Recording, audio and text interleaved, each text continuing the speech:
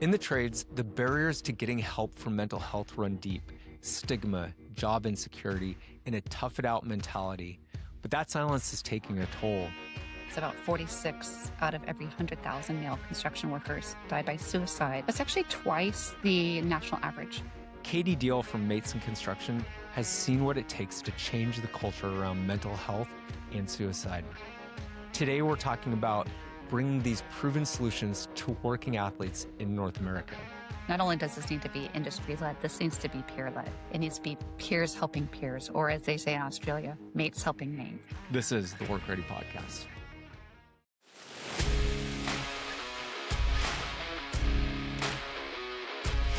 Work in the field is tough, and it takes more than muscle to last.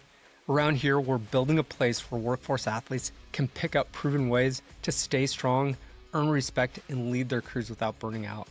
If you want to be a part of that, subscribing is the easiest way to stay connected and keep growing with us.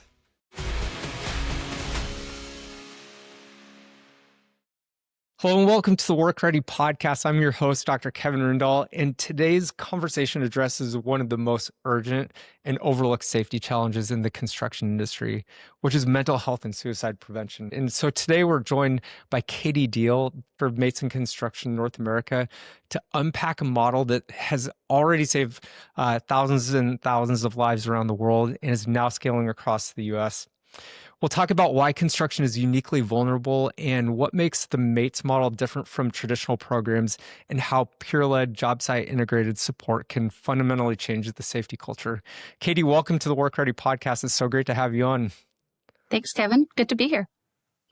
So the MATES program, I heard about it maybe a year and a half, 2 years ago at a conference, and it's actually very prolific in Australia, New Zealand, now coming to North America. Can you share with us a little bit more about the background on MATES, how it got started? Yeah, absolutely. It was started in 2008, so almost 20 years ago, by a plumber named Jorgen, who is now the CEO of Mates in Construction. And it was in response to a couple of things. There was a report that for the first time was showing the disproportionate impact of suicide in the construction industry. And it was also calling for an industry-owned solution. And then Jorgen himself had lost mates, as it were, to suicide. So he had his own kind of suicide-centered lived experience that was kind of driving his own personal passion for this issue. So, and then in 2019, kind of fast forward 11 years, it also went over to New Zealand, and it has spread. It started in Queensland, Australia, and it during the same time has spread to some other states in Australia as well. And there has also now been a move from, in addition to having Mates in Construction, there was a similar pilot of taking this to the mining industry as well. And then, like I said, the Mates in Construction program has gone over to New Zealand. So there has been not only kind of more people trained, but kind of the spread of Mates in Construction, and then kind of the lifting up of another kind of related prevention program for the mining industry as well. Yeah. And as I was preparing for this, one of the stats that really stood out to me is that for every one workplace fatality from a job-related task, there are 5 times the number of people who commit suicide in this field. Can you speak a little bit more about that and the prevalence? And this isn't just unique to the US or Australia or New Zealand. No, it's not. Isn't it? It really is a global issue. This is one of the kind of most high-risk industries in terms of suicide in many countries. Many people here have known of this problem, have seen it firsthand, have experienced it. And kind of adding to that is, for the first time in 2020, we had national level death data showing us the burden of suicide by different industries, and showing for the first time the significant kind of problem of suicide in the construction and mining industries, in particular in the U.S., and that's data from the Centers for Disease Control and Prevention, or CDC. There have also been kind of other studies as well, kind of over the years, that have demonstrated this problem. And so the latest data that we have in terms of death by suicide is that about 46 out of every 100,000 male construction workers die by suicide. And yeah, that really is staggering and sobering to me too. Some people might actually say, "Oh, okay, that's a problem, but it's not a big problem." And I think we also need to remember that number one, those deaths have a ripple effect. They're very significant. That's loss of life that leaves behind many survivors, and it has such an impact. But also, I think we need to remember that for every one death by suicide, we also have even more people attempting suicide, making a plan of suicide, or seriously thinking about suicide.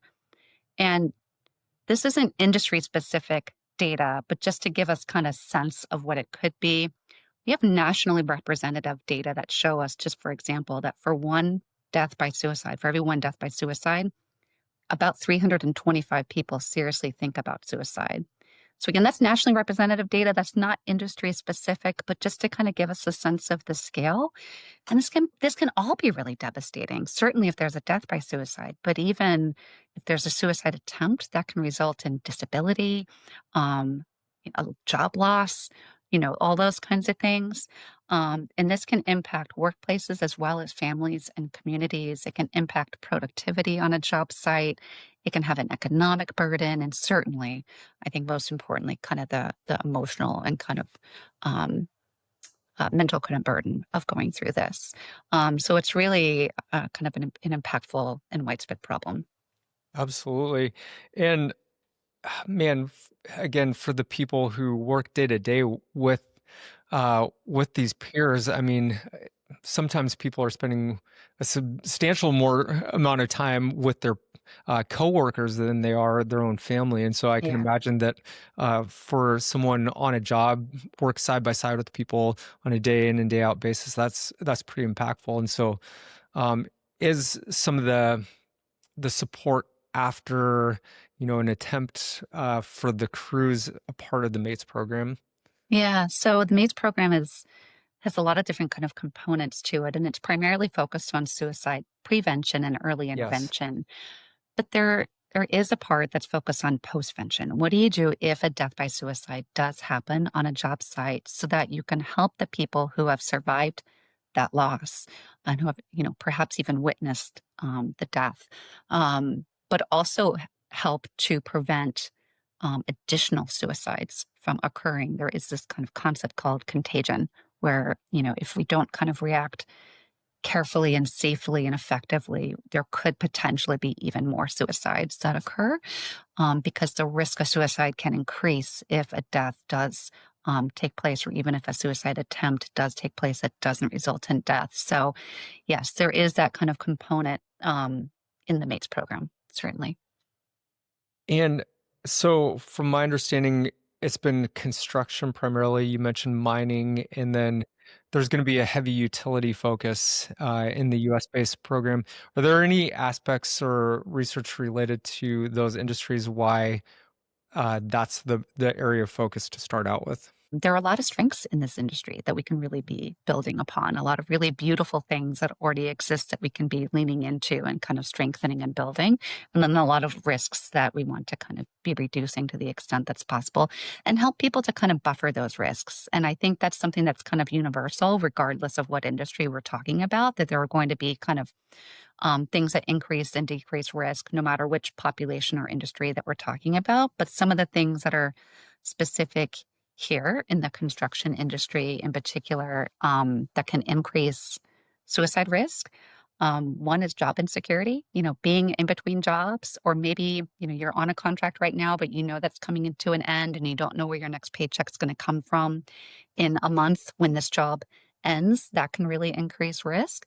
That can be really stressful. It can create financial insecurity. You might have benefits tied in with that job that go away at the end of the job. It might leave you with, without health care, for example. It might take away social connections that you have on the job.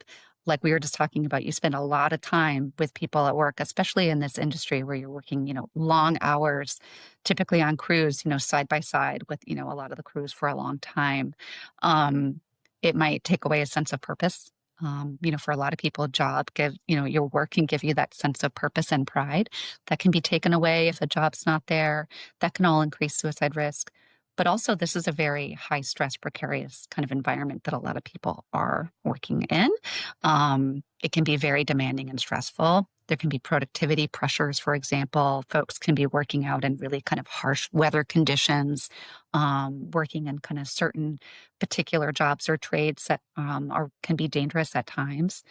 There's also, higher risk of physical injury, of a safety issue happening, and that can lead, I think you know this very well, that can lead to chronic pain, that can lead to opioid use or misuse, and kind of that cycle can increase risk. There can also be social isolation and loneliness, even if you are employed and you have, peers around you. You might still even kind of feel socially isolated or lonely, especially if you're a traveler who's left home and you've traveled to a job site and you're living in a trailer and you're not with your family or your friends or your neighborhood and community connections, your church, whatever it is that's kind of back home and that you're not as connected to when you have traveled to go, spend 7 months on a job that's 2 states away from your home state, for example. One other risk factor, just as an example, is access to lethal means of suicide. Um, Especially during periods of heightened risk. There are periods where people might kind of be in a suicidal crisis and they have access to a highly lethal method of suicide, like a firearm, for example, that's highly lethal. And there's not a lot of time for intervention if they do attempt suicide with something that's very lethal. So those are just a couple examples of risk factors. They're not all unique to this industry, but some certainly are, like the high stress, precarious environments and those kinds of things. And then one other thing, if you don't mind me kind of Yeah, please. adding a little bit more, I know I'm talking a lot, is just culture. This is an industry, and again, I don't think it's unique necessarily when you think about kind of some other populations and groups, but in this industry in particular, there is cultural factors like toughness and self-reliance, and there can be a lot of stigma in terms of talking about mental health.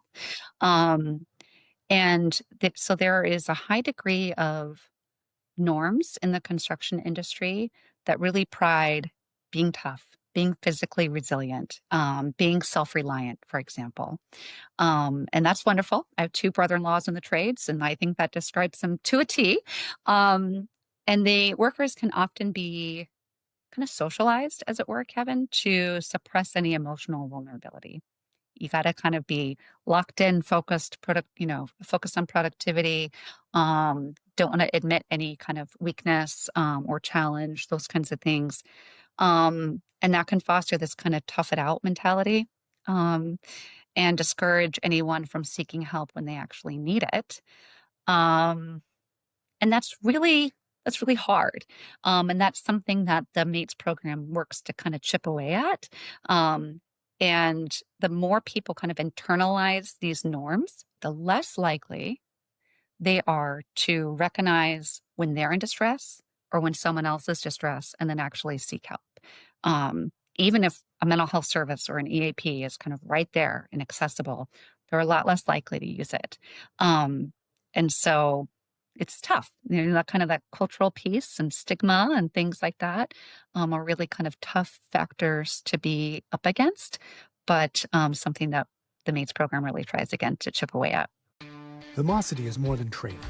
It's a safety and readiness platform trusted by companies to keep their field professionals strong, healthy, and ready for the job. Now we're launching something new, the WorkReady community.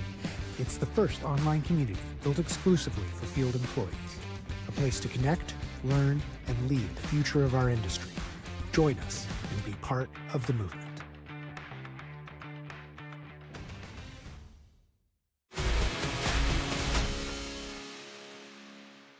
I've had several guests on the WorkReady podcast talk about this issue. Haley Mhm. Booker, Jenny Lavin. There have been Mhm. several who've just done such a great job with that and addressing this topic. And a consistent theme is that tough man, tough woman mentality of like you don't share your feelings, you don't talk about stuff, you internalize that, you rub dirt on it when you're hurting. And how has Mates uniquely been able to overcome some of those maybe social barriers or address taboo topics or just be able to get people to feel comfortable sharing those feelings of vulnerability, because that's a tough thing to actually do. But I mean, with 20 years of experience, Mates is kind of an early trendsetter in terms of really being able to make change in this space.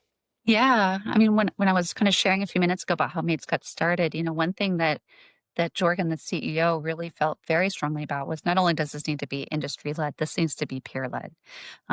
It needs to be kind of peers helping peers, or as they say in Australia, mates helping mates. Um, and and that begins with the people that Mates hires.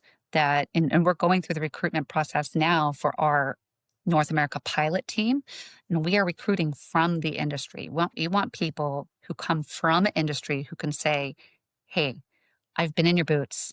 I know some of the stressors that you're up against. I know what it's like to kind of be out on a crew, or to be in a safety position, or to kind of have those productivity pressures to go through some of the challenges. I also know some of the inherent strengths in our industry, those kinds of that we can kind of be layering this on top of. When Mates comes on site to do things like deliver trainings, they are training and building capacity of construction workers. And we're not expecting them to suddenly become mental health clinicians. What we're doing is empowering them to provide peer support, which is just this amazing, beautiful thing that starts to happen.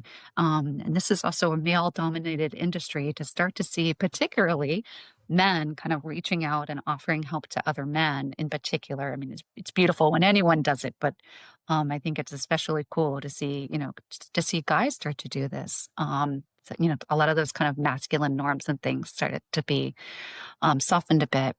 And so that capacity building is teaching folks, one, this is a problem. But it doesn't just stop at that. It doesn't just stop at that awareness. We want people to be aware of this, that suicide and mental health are issues.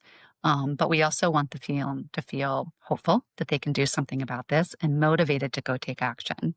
That's basically the first layer of training. But then from there, there's kind of a smaller subset of folks on a job site who go through additional trainings where they really learn more specifically how to look out for each other, how to look out for signs that someone might be struggling. Hey, Kevin, you haven't been at work in a couple of days, or you've mentioned you've been drinking more, or, you went through a divorce last year. Those kinds of things. You're still on your opioid medication after 6 months. How you doing? You've had some near misses on the job, etc. They learn how to look out for those signs that someone might be thinking of suicide, or just at an increased risk of suicide. Maybe they're not having those thoughts, but their risk is higher. And they learn how to start a conversation, which is easier said than done. And the Mates team helps train them on how to do that. But, a lot of times these folks, they already know how to kind of be there for each other in other ways. Maybe they're already kind of natural helpers in other aspects on the job. And what we're doing is kind of empowering them to learn specifically about suicide risk and mental health and these kinds of things. But they already kind of have a lot of natural strengths on how to be there for each other, which is really cool to lean into. And then they learn how to, as they start that conversation, introduce the topic of, hey, how's your mental health these days? Hey, you mentioned drinking or drugs or whatever, can we kind of lean into, some of those things, and how to ask the question, are you thinking about suicide? And asking that question doesn't increase suicide risk. There's kind of a myth out there that you might plant the idea, you don't. In fact, you're more likely to find that if someone is already thinking about it, they're going to feel relieved that you're asking them about that and you're giving them a safe place to land. And when you ask them about it, sometimes all they need is a conversation. But there's also part of this program where we know how to refer them to professional help. But all of this asking, offering help, providing peer support, that's all being done by volunteer construction workers, which is really so cool. That's the magic, I think, of this program, is we have people who show up on site and do that capacity building, and we have case management as well. But a lot of the doing, that peer support, that connection on the ground, that is construction workers who have volunteered to go through this program, which I think is amazing. And I would imagine that for most construction workers, if they are struggling, they're going to feel more comfortable speaking with a peer maybe than somebody who might be in a leadership role or maybe a safety role, just because they don't know what the repercussions might be, or maybe they have some fear around it. Do you find that that's a factor Yeah. in the effectiveness of doing a peer-led model? Yeah, absolutely. We were doing an evidence scan this past summer um, to kind of make sure that, mates really aligned with the need here and kind of what kind of what the field is craving and what could be effective here and all of that. And part of what we found is um, just taking just mental health. I'm not talking about kind of other risk factors for suicide, but just if someone's experiencing a mental health challenge like depression or anxiety, for example, which are two of the most common mental health challenges that people can face. Most construction workers don't ask for help. They don't raise their hand and say, "Hey, I'm struggling and I need help and I'm willing to access some kind of professional support."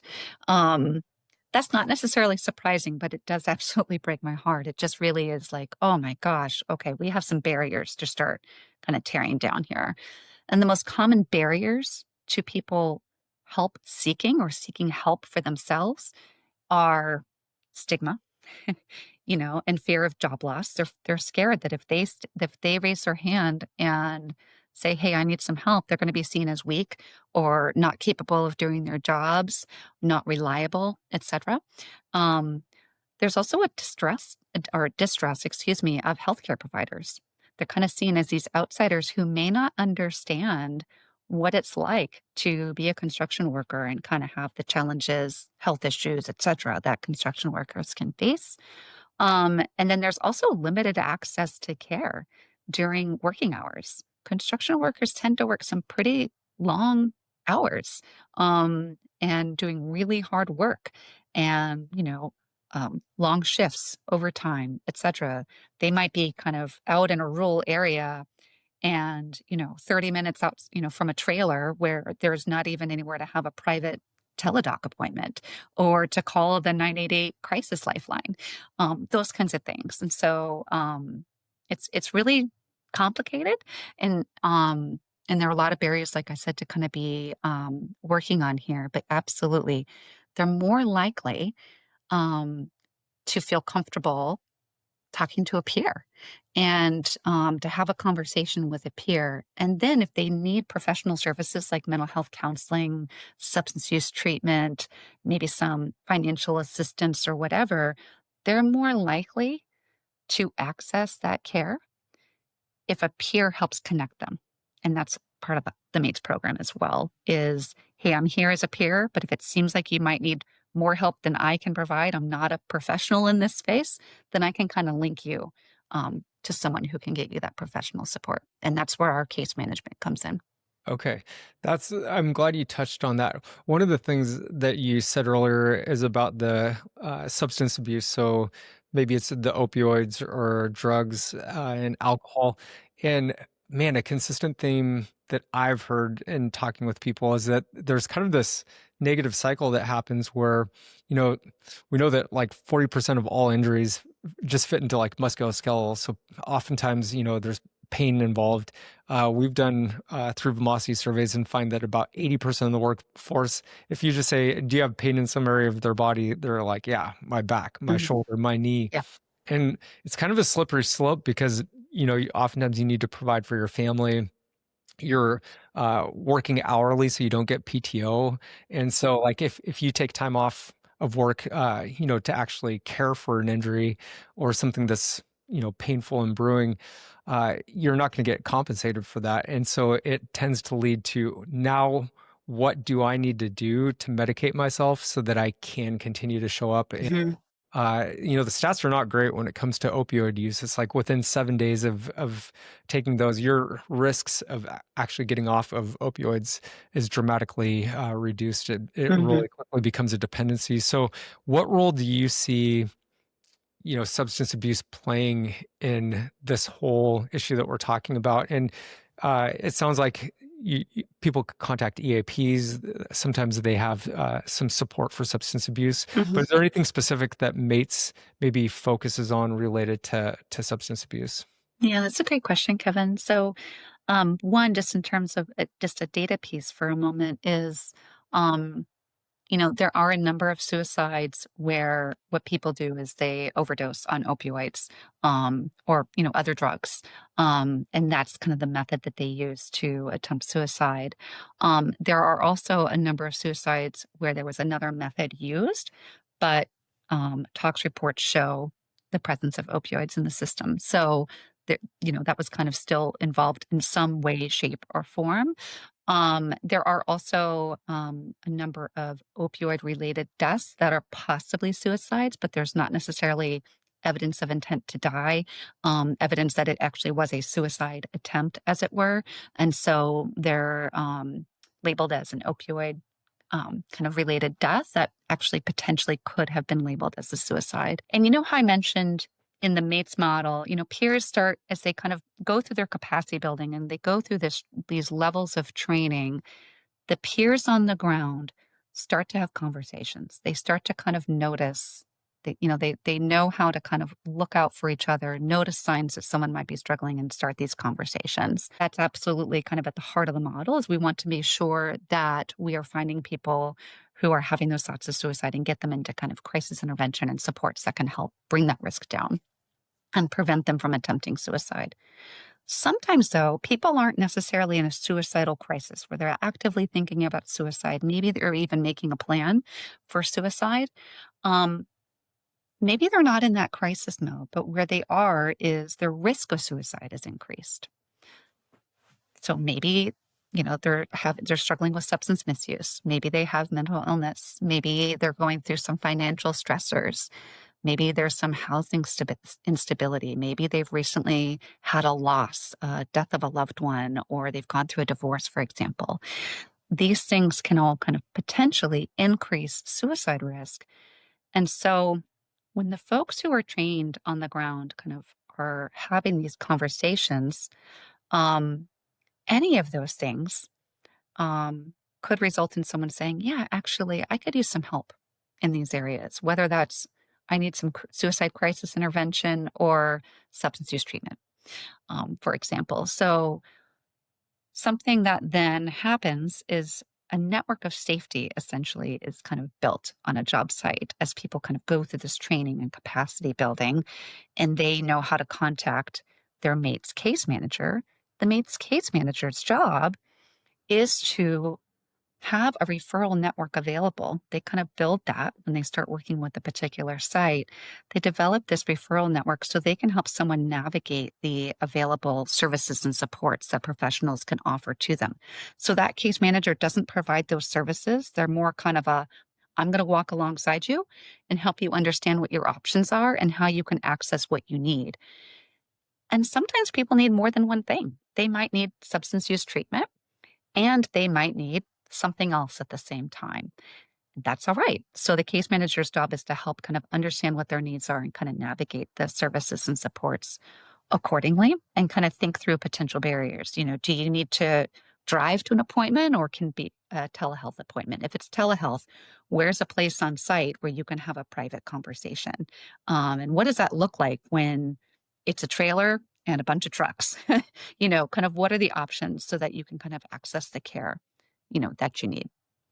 And I would imagine, Katie, I'd love to get your perspective on this, but I would imagine that as people start to become more aware of this issue, maybe they start to see those earlier signs and just have conversations before it even gets to suicidal ideation. And they see, you can start to help people and help peers when it's just stress and you feel like you're a bucket and you've just got all this water pouring in, like you talked about, of like, marriage, finances, housing, travel, all this stuff starts to become overwhelming. And I would imagine the ideal situation would be we start supporting each other much earlier in the process so that it never gets there. Is that in a It way is. part of the mate's ideology? It is. It is. We always need to make sure, this is just me talking about suicide prevention Yeah, generally, yeah, and certainly this is the heart of the MATES model too. We always need to be prepared if a death by suicide does occur. That's the postvention piece. sure. Yep. And we absolutely need to be prepared for crisis response. but yes, the more kind of upstream, as it were, that we can go, I think the better. And that's kind of what this model embodies, is that we have kind of the downstream postvention, the midstream crisis intervention, and the upstream. So that way we kind of cover all of our bases, and we work as much as we can towards that upstream of, I see some early signs that you might be at risk of suicide. Let's have a chat. Yeah. That's not exactly how the conversation may Sure. sound, but Yeah. that's the essence Yeah. of it. Yeah. Absolutely. And, we care about you. You don't have to be in crisis only for me to kind of reach out and show you support. But absolutely, if, someone is in that kind of crisis state, we need to kind of get them, into help as soon as possible as well. Yeah. And you've used the term capacity a few times. Can you explain a little bit more of like what you see as building capacity Yeah. surrounding this topic in the workforce? Yeah. This might be a good time for me just to kind of dig in a little bit about Yeah, how the let's model do it. works on the ground. Is Yep, that okay? please. Um, so as I mentioned, the folks that we recruit into the kind of forward-facing role, which we call the field officer, they come from industry. These are folks who generally have worked in the trades in some capacity. Maybe they've been a safety leader.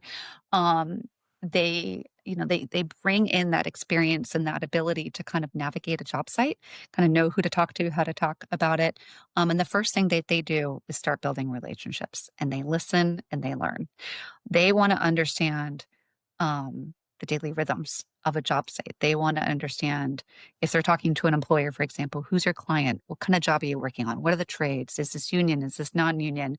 What's your job? What's your work site culture like? What's your safety culture like? That kind of thing. And they begin to meet with the folks on the ground about what program delivery can look like in a way that kind of leans into what's possible on a job site. They're all different. And so it might be possible to come in and kind of do these very kind of nice, neat, discrete trainings, for example. It might mean I have to spread these out over the course of 5 visits. And that's okay too, as long as it's, kind of feasible for our team. And so, and the first level of training is called general awareness talk. Um, and that's about an hour long. That's meant to be for most, if not everyone, on a job site. That's also the most customizable. And so the field officer will also say, all right, here's what I'm going to cover in the general awareness talk. Do you want it like it is? Or should we customize this in any way? We could talk about some local data. We can talk about your safety culture and how this embeds, how this can be embedded in that, those kinds of things. And they can kind of customize the content. And then they start to plan out what training delivery will look like. And there are 3 levels of trainings. That general awareness talk, which is about an hour of, hey, everyone, or most everyone, this is a problem. We want you to feel a little almost angry about it. This is a problem. We want you to feel fired up. This is unacceptable, and we need to do something about it. We want you to feel hopeful that you can do something about it and motivated to be part of the solution. This is all, by the way, these trainings are delivered on site by field officers. And at the end of that hour-long training, they say, all right, y'all. Well, I say y'all, they may not. All right, y'all. The next level of training is called Connector. Who wants to be part of it? And they get show of hands, kind of who would like to be part of this next level of training, which is where the field officer comes back for a half a day now and starts to really dig in of, how do you know if someone might be suicidal? How do you know if they're struggling with their mental health? And kind of like a 101, 201 kind of level, like how do you kind of build that awareness and kind of light skill development in that? And that's for about 5% of a workforce. And that's to And kind of these could be ideally like have, pure workers. It's not just for like leadership. no, this Yeah. is, and it's for anybody. And it's a call for volunteers because we want people to feel intrinsically motivated to do this, to be part of this. And usually there's no shortage of hands. Actually, it's really cool to see.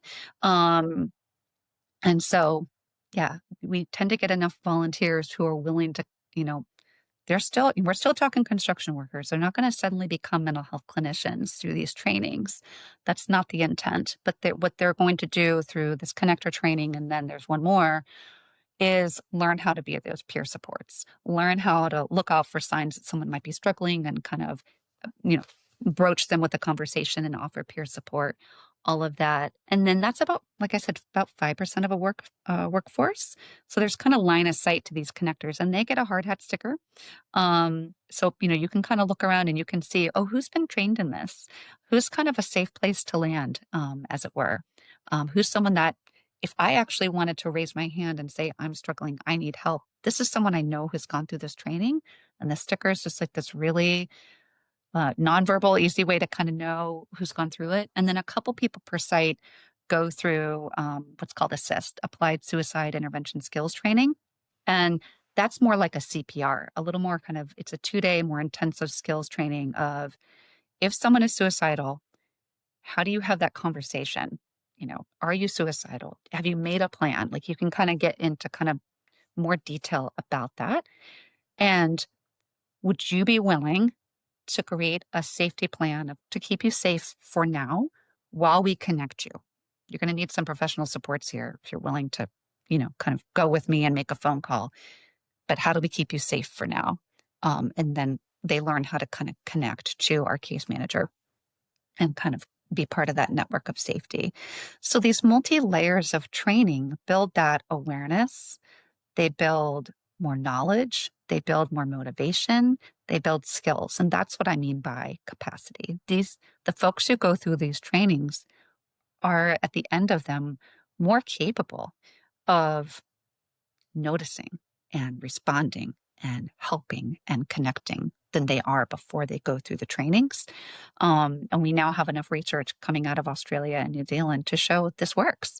And not only do people start offering help more, people who before may not have raised their hands to say, I need help, I want to seek help, we also start seeing increases in help seeking as well. Because what happens is conversations start happening. Stigma starts getting chipped away at. Culture starts to change slowly. I mean, we're talking, we're taking a big ship and we're turning it slowly, one bite out of the elephant at a time, whatever analogy you want to use. But slowly over time, those things start to change as well. And again, that's, I think, where the real magic happens, Kevin, is once that capacity building happens, the so what is people start to use that knowledge. They start to use those skills to make change on a site. Katie, I'd love to hear maybe a story from the ground level in Australia or New Zealand of just what that looks like in practice. Is there a good story that you could share with us? Yeah, that's a great question. One of my favorite stories is it comes from we did a webinar a couple months ago on mates and filmed a segment for it with two gentlemen from Australia. One is a field officer who comes from mates, who's the one who shows up on site to build relationships and plan the program and deliver the trainings. And one of the things they do, by the way, is after they train these connectors and these assist train workers, is they don't just leave and go, all right, go forth and start using their skills. They are available. They're just a phone call away. If folks say, all right, I just went through your training, but now I actually got to start talking about suicide. Oh, or, hey, I'm trying to use my new skills. Can I call you and ask you a couple of questions? Or can I share a proud moment with you? These field officers remain available to provide kind of ongoing support to the people that they train, which I think is super cool and really effective for helping people to use their new skills and to feel confident in using them and equipped to use them. Anyway, so we filmed this segment between a connector and who was trained and the field officer who trained them. And it's just really powerful to hear them talk about not only the relationship that they built as the kind of trainer and trainee, as it were, but they talk about the power of becoming a connector and being able to start feeling confident and equipped to start kind of really looking out probably in a different way than you did before through your peers. And there are countless stories like that from Australia and New Zealand where, people talk about just this kind of new ability that they gained of going through a training like this, much like you might kind of coming out of a CPR class or something where you're like, oh my gosh, look at what I can do now. This is so practical and hands-on and really amazing that I can do this and be prepared if someone does, need my help in this area. And, there are stories about, I have these new knowledge and skills and I've been able to kind of go and help somebody because they were in a crisis or because they weren't necessarily in crisis, but, they still needed some supports. Or, you know what? They actually didn't need a professional. They needed 10 minutes to sit down and not worry about productivity and just have someone listening to them.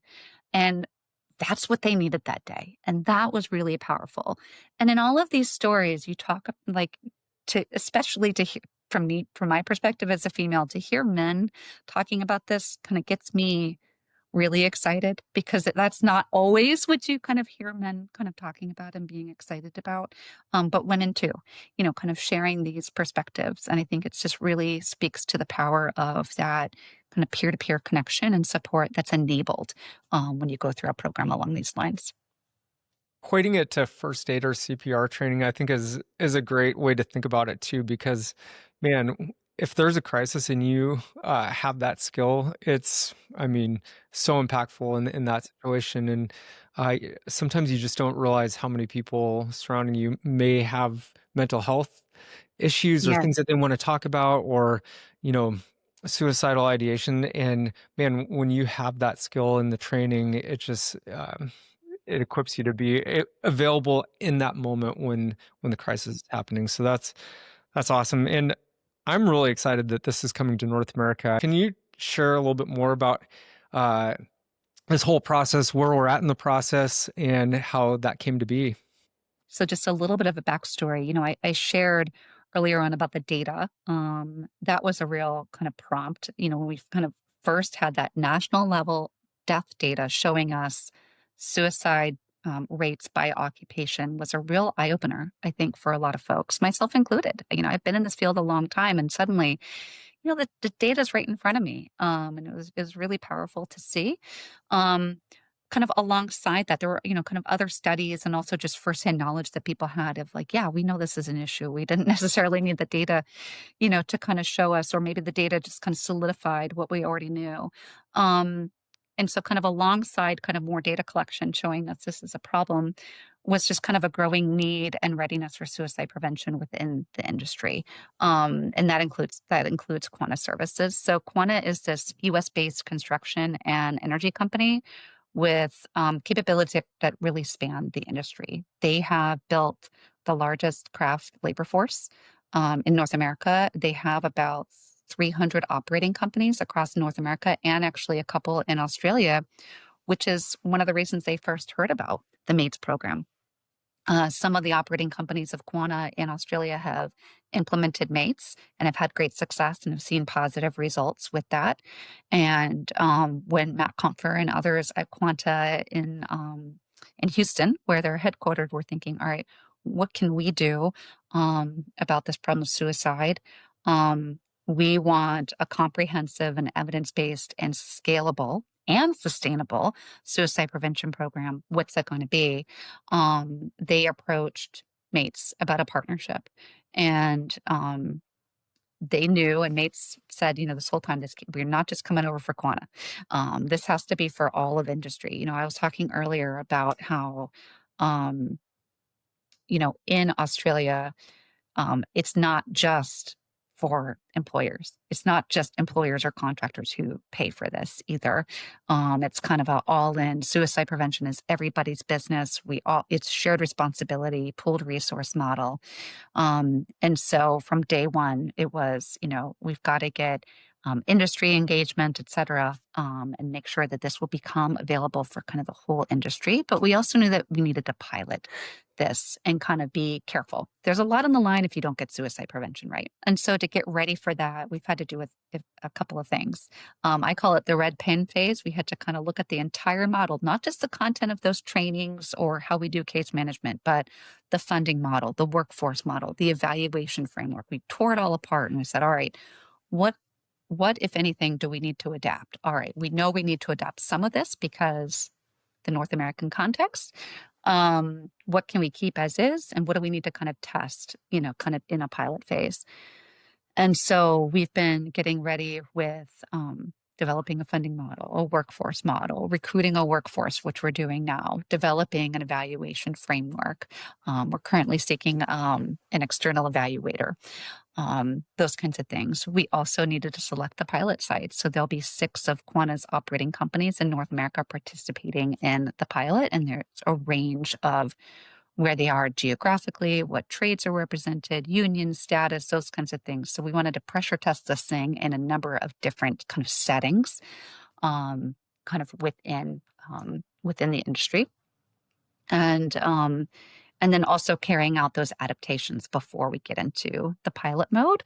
And so when we begin in March, that will be when our field officers start that initial engagement that I was talking about. That's when they're going to start their relationship building and early kind of site engagement and start working with the pilot sites on kind of planning for the delivery on the ground over the next 12 months. And alongside the implementation of the pilot will be this evaluation that I was referencing. So we know how this all goes. Do we get the adaptations right? What kind of reach and impact did we have? Do we need to make any course corrections before we scale this and roll it out more broadly across Quanta and for the greater industry from there? You said use 2 words, sustainability and scalability. And I think with any initiative, those are the key things that have to be present, because you talk to people and they're like, oh, it's the flavor of the month. We're rolling out a new program. And there are so many things that are rolled out, and then they just never get legs. They never get the momentum. What's different from a scalability and a sustainability standpoint with Mates that, over the last 20 years, you've honed in on how to make this something that really is impactful and it lasts? Yeah, I'm so glad you're asking this question. A few things come to mind. One is that the model itself, it's not kind of a fly in, fly out, here's a one-time training or awareness talk. Those things are incredibly important. But what's more effective, generally speaking, is when you have something that's really multi-layered, that's supported with leadership and policy, that can be really embedded within culture and systems and those kinds of things. So, just in the pilot itself, which it's a 12-month pilot, that will not be the end of implementation. When you come to the 12-month mark, that's not suddenly just like the end of the program.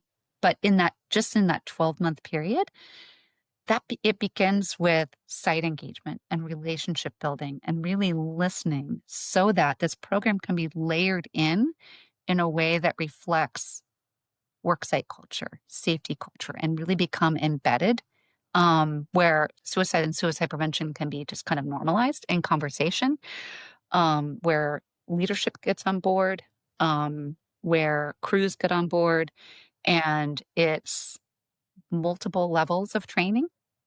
It's capacity building. It's that ongoing support. It's that ongoing case management, postvention as needed. It's got multiple programs that kind of span over the course of time, and that gives people time to really kind of wrap their heads around this tough topic and build capacity to address it and start chipping away at culture, which I think is probably one of the most important things for sustainability. It's not, all right, I took an hour course and I learned some important information and I gained a few new skills, but I'm going right back to business as usual, and I don't feel supported to actually put my skills to use or apply what I've learned.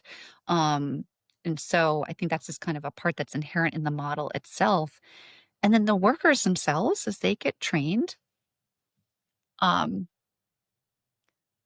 that knowledge and the skill set that they gain through their training, for example, that stays with them. And if they go on to another project 6 months later with another employer or another client, for example, they bring the knowledge and skills with them to that new site. They might also, and this happens a lot in Australia and New Zealand, they might also bring a request to that new employer or client, hey, can we bring mates here too? And that helps with scalability and sustainability, that kind of grassroots, ground up, employer driven interest and spread. And that's definitely what's been I think a key element for success in Australia is in New Zealand is employees saying, we want this, we need this, we will benefit from this. And that's something that we're really envisioning here, kind of past the pilot phase as we look ahead to scaling this and rolling this out more broadly, is having those workers be almost like ambassadors for the program and kind of driving that interest in that change that they want, the change that they want to see. Um, the funding model also kind of lends itself to scalability and sustainability. In Australia, they have really diversified their sources of funding, and it's a shared responsibility kind of tip some money in the pot, pooled resource model where you see over there you have employers and contractors, you have unions and trade associations and others from industry putting in money. You also have government and foundations and others kind of putting in money to support this as well. It's not fee for service. So that if you called me and you said, hey, I'm an employer contractor and I'm really interested in bringing mates to my job site, can I be part of this? I would say, great. And if you can put some money in the hat, great. But if that's a barrier, we don't want that to be a barrier. Or if you can't give as much as, somebody else, that's okay. Because we want that model to be able to kind of help all boats rise, and allow as many people to participate in the program as possible. And that's been kind of a key element of sustainability across the pond that we're trying to replicate here. Man, there's so many key takeaways there. I do think that employee embraced aspect of this is crucial because when it's the frontline employees who are advocating for this and they're promoting it, if they move from one job to another or one company to another, I mean, that's such a great way to continue to see this grow. And then removing those barriers from a financial standpoint uh, is just such a cool model. I'm interested in terms of like some of maybe the trade schools or line colleges or apprenticeship programs. Are you starting to also get in at those earliest stages of frontline workers' careers so that this becomes the way that they've always done it? Because I could imagine a lot of people are like, man, I wish we would have had that when I Yeah. started out 20 years ago. Yeah. Yeah, absolutely. Not quite yet in the pilot, but we potentially will add National Lineman College and either into the pilot or kind of early on in the rollout phase for just that reason, right? We want to kind of make this just one of the key priorities and kind of business as usual. This is something that we, kind of start learning about early on in our careers. We know it's important. We know what to do about it, that kind of thing. So absolutely, it's on the radar, and we will be bringing it to those folks as soon as we can. Yeah, and because I imagine a lot of people going through school or going through their apprenticeship, they don't maybe have even a perspective that this is a problem. And so just being able to have that conversation early on would be so powerful. Absolutely. So the timeline then, so in 2026, starting in March, that's when some of this stuff is going to start rolling out in North America. If there are people listening who maybe are not a part of that pilot and they want more information in terms of like as the information rolls in, as you start to refine things from North American perspective, how can they reach out to find out more information or what the next steps might be to bring it to their organization? Yeah. Well, one is I'm going to give you two websites. We have a brand new, I'm calling it like the baby website, version 1.0 of the Mates North America pilot website. And then there's also the kind of main Mates in Construction website. The reason I'm encouraging you to check out both is on the Mates North America website. We'll keep adding to that, and you'll be able to kind of learn more about the program, where the pilot is taking place, and follow along on the journey, and also know how to get in touch directly with me if you would like to have further conversation. The second is the Mates in Construction website shows you kind of even more information about the program model and all of the research that's been conducted. So if you want to geek out on data the way that I love to, and you want to learn much more about the research that's been conducted, the impact that this has had in Australia and New Zealand, et cetera, that's a great place to also go. But definitely start checking it out, follow along. We have a social media presence now for Mates North America Pilot, and you can call me anytime. This is, I think, a perfect time to start learning about this program, it's going to be 2027 before we know it. And that's when the program should be available for kind of scaling and rolling out from there. So that's really not that far away in the grand scheme of things. What are some ways that people can start to address this, even if they don't formally take the steps to start with mates right out of the gate? Yeah. So kind of mates is this really kind of comprehensive, multi-leveled thing.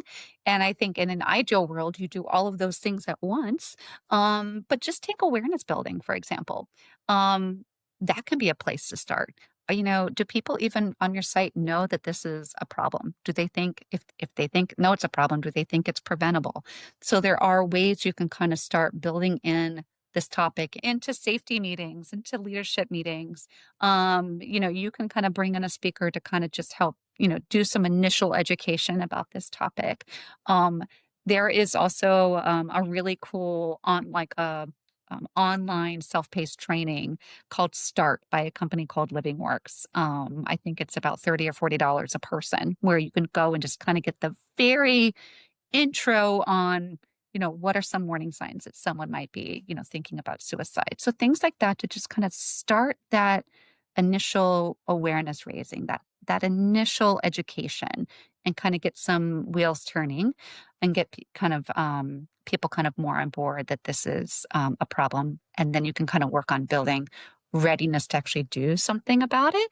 You can also start promoting resources that people can access if there is a need. That might be the 988 Suicide and Crisis Lifeline, for example, which is a national network of local crisis centers. It might be the Employee Assistance Program.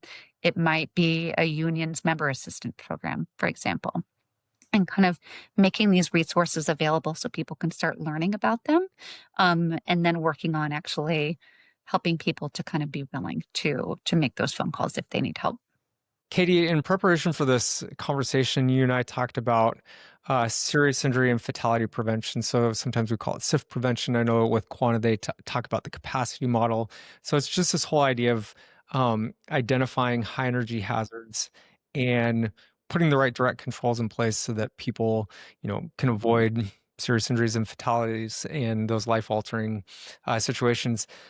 I would imagine, though, that if companies were taking a more human-centered approach to safety that also included, focusing on like a MATES program, the psychological safety, the overall mental wellness, that person is probably also going to perform at a higher level in terms of the SIF prevention. And there may actually be a correlation where we see fewer SIFs just because we're investing more in the human component. Is there any research that might support that?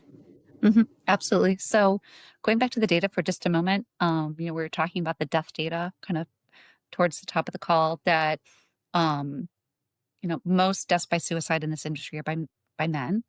And the latest data show us about 46 out of every 100,000 male construction workers die by suicide. And I've used the word disproportionate, I think, a couple of times. And what I mean by that is that 46 out of every 100,000, which is about 3,300 men per year, that's actually twice the national average of suicide. And it is also about 5 times higher than the rate of workplace fatalities. So that's kind of, I think, part of this conversation here.